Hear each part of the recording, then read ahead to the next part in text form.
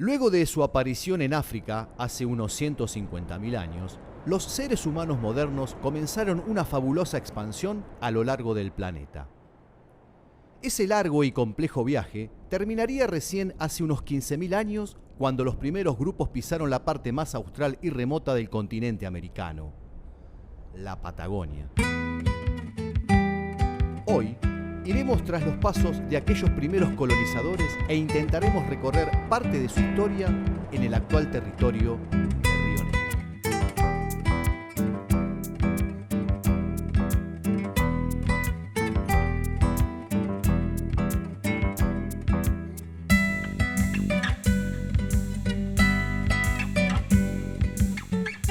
Las mesetas centrales de Las Río mesetas Negro centrales de Río Negro son uno de los paisajes más áridos y hostiles de toda la Patagonia. No solo por la escasez de agua y las bajas precipitaciones durante la mayor parte del año, sino por las muy bajas temperaturas registradas durante los meses de costas invierno. abiertas del Océano Atlántico, una extensa y misteriosa región árida se abre en toda su plenitud. Desde los pies de la cordillera hasta las costas abiertas del Océano Atlántico, una inmensa y misteriosa región se abre en toda su plenitud. Las extensas mesetas y grandiosos bajos solo se ven interrumpidos por un puñado de manantiales, arroyos y lagunas que se abren vigorosos en el imponente paisaje. A pesar de las dificultades de estas condiciones hostiles, los grupos humanos han aprendido sus secretos y construido con él un vínculo profundo, cambiante y duradero.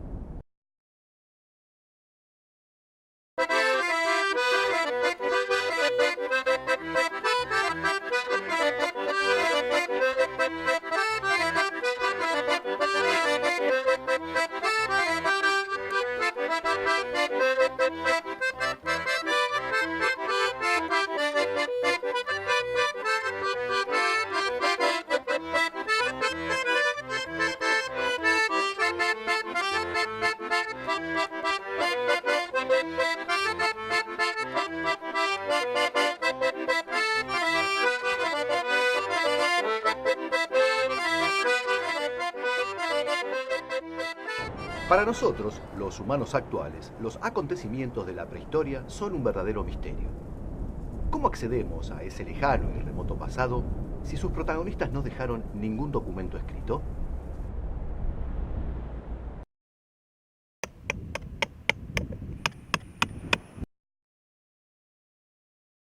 Una de las pocas formas de desentrañar esa larga historia es mediante el estudio minucioso y sistemático de sus huesos y de los productos materiales de sus actividades. Construcciones, viviendas, herramientas, desechos de comida y manifestaciones artísticas. El valor informativo e histórico de ese patrimonio es incalculable.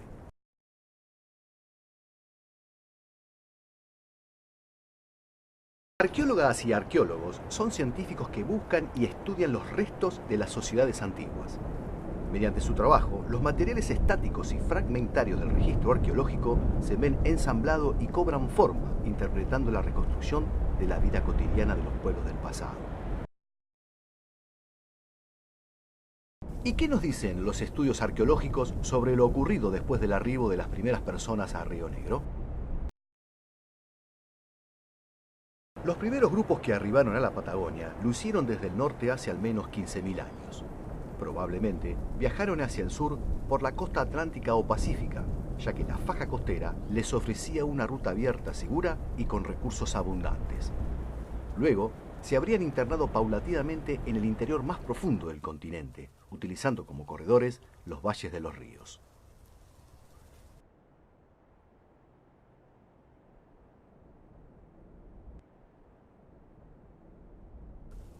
Los más antiguos pobladores de Río Negro y de Pampa y Patagonia en general vivían en pequeños grupos familiares muy móviles y tenían un conocimiento poco profundo del ambiente.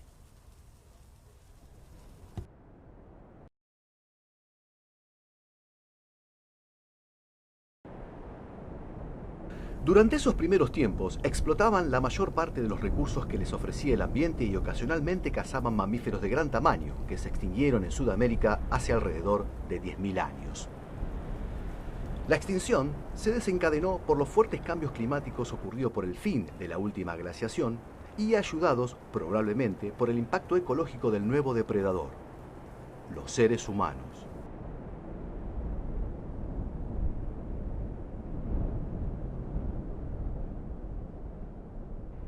En la línea sur de Río Negro, las señales de estas primeras poblaciones son escasas pero contundentes. Tienen 12.000 años y fueron halladas cerca de El Caín, en la meseta de Somuncurá.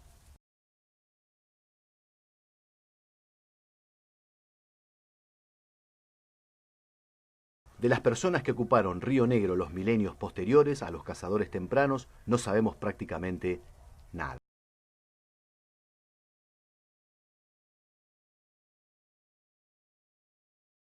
Pero, ¿qué es la línea sur?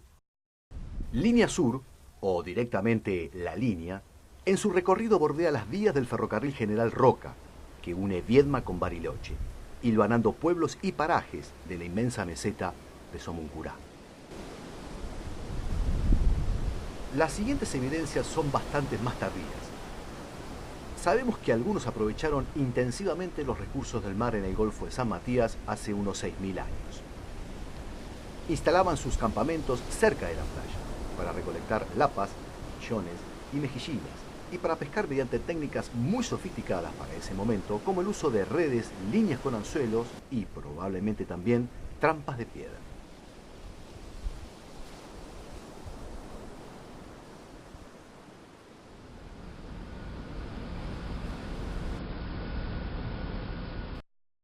Pero, ¿qué pasó en Río Negro en los 4.000 años que separan a los cazadores tempranos de los pescadores del Golfo de San Matías?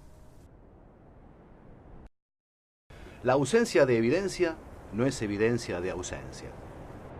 Aunque seguramente hubo poblaciones durante ese periodo, la combinación entre la escasa población y la dificultad para encontrar sus evidencias impiden que podamos saber más sobre ellas. Las señales arqueológicas se vuelven más visibles nuevamente en la línea sur de Río Negro hace unos 3.000 años. Es probable que debido al fuerte aumento de la población registrada en la región en ese momento, y sobre todo luego de los 1.500 años antes del presente.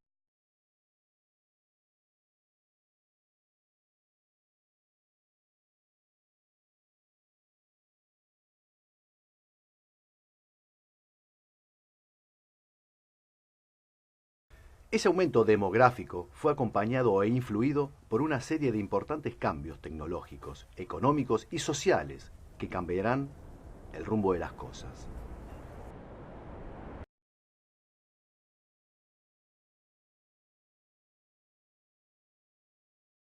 Simultáneamente, ocurre una fabulosa ampliación de los contactos y de la circulación organizada de gente, bienes e ideas que exceden los límites de la línea sur. Esto se reflejó en los diseños compartidos de arte rupestre en lugares distantes geográficamente, como las representaciones geométricas conocidas como el estilo de Grecas, que se expandió desde el centro de la Patagonia hasta la región pampeana.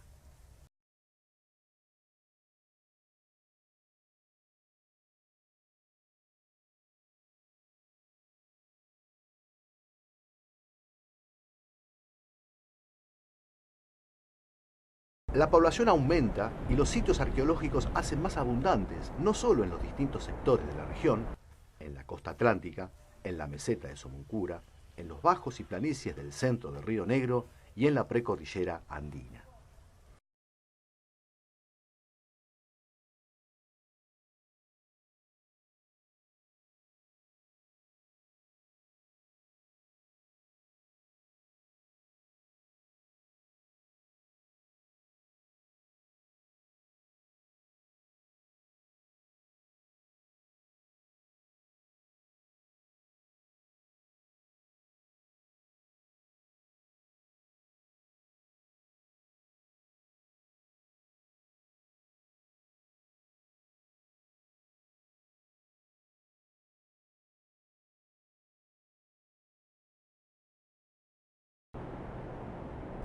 En la línea sur, la caza de guanacos se intensifica y se complejiza progresivamente. Aparecen cambios tecnológicos importantes, como el arco de flecha y las construcciones de piedra para el acecho de las manadas a la vera de los arroyos, manantiales y lagunas.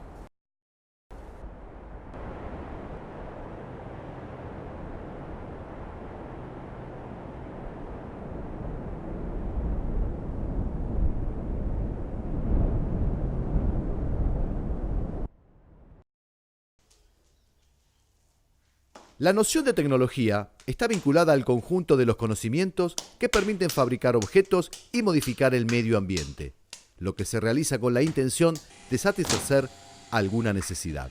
Abriendo. Dale.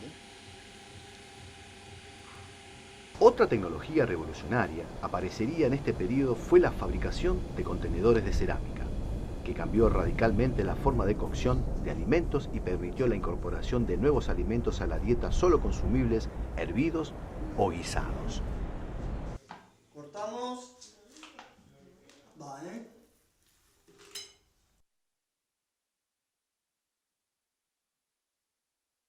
Salió acá, le vinieron a filmar acá. Daniel hace unos versos, es muy buen payador.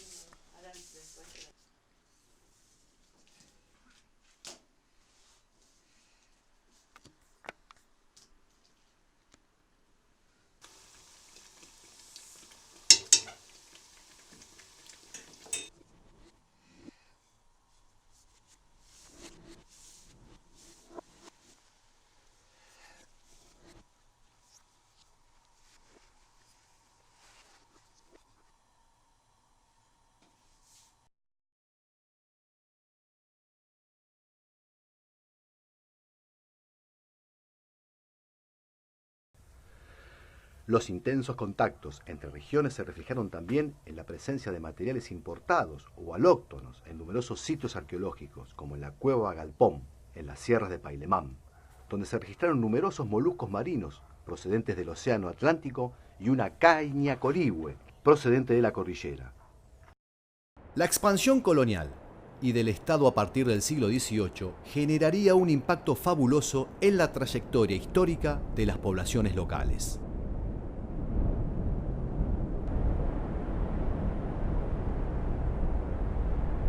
Con el correr de los milenios, los descendientes de aquellos primeros pobladores enfrentaron, como todas las sociedades, periodos de estabilidad y de crisis.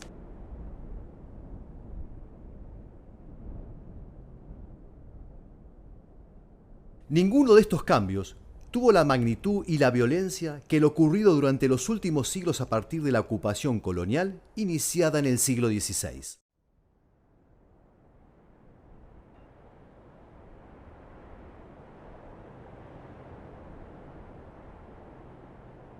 A partir de ese momento, y sobre todo durante la consolidación del Estado Nacional en la segunda mitad del siglo XIX, se aplicó en todo Río Negro y en la mayor parte del territorio actual de Argentina una agresiva política de despojo de las poblaciones indígenas.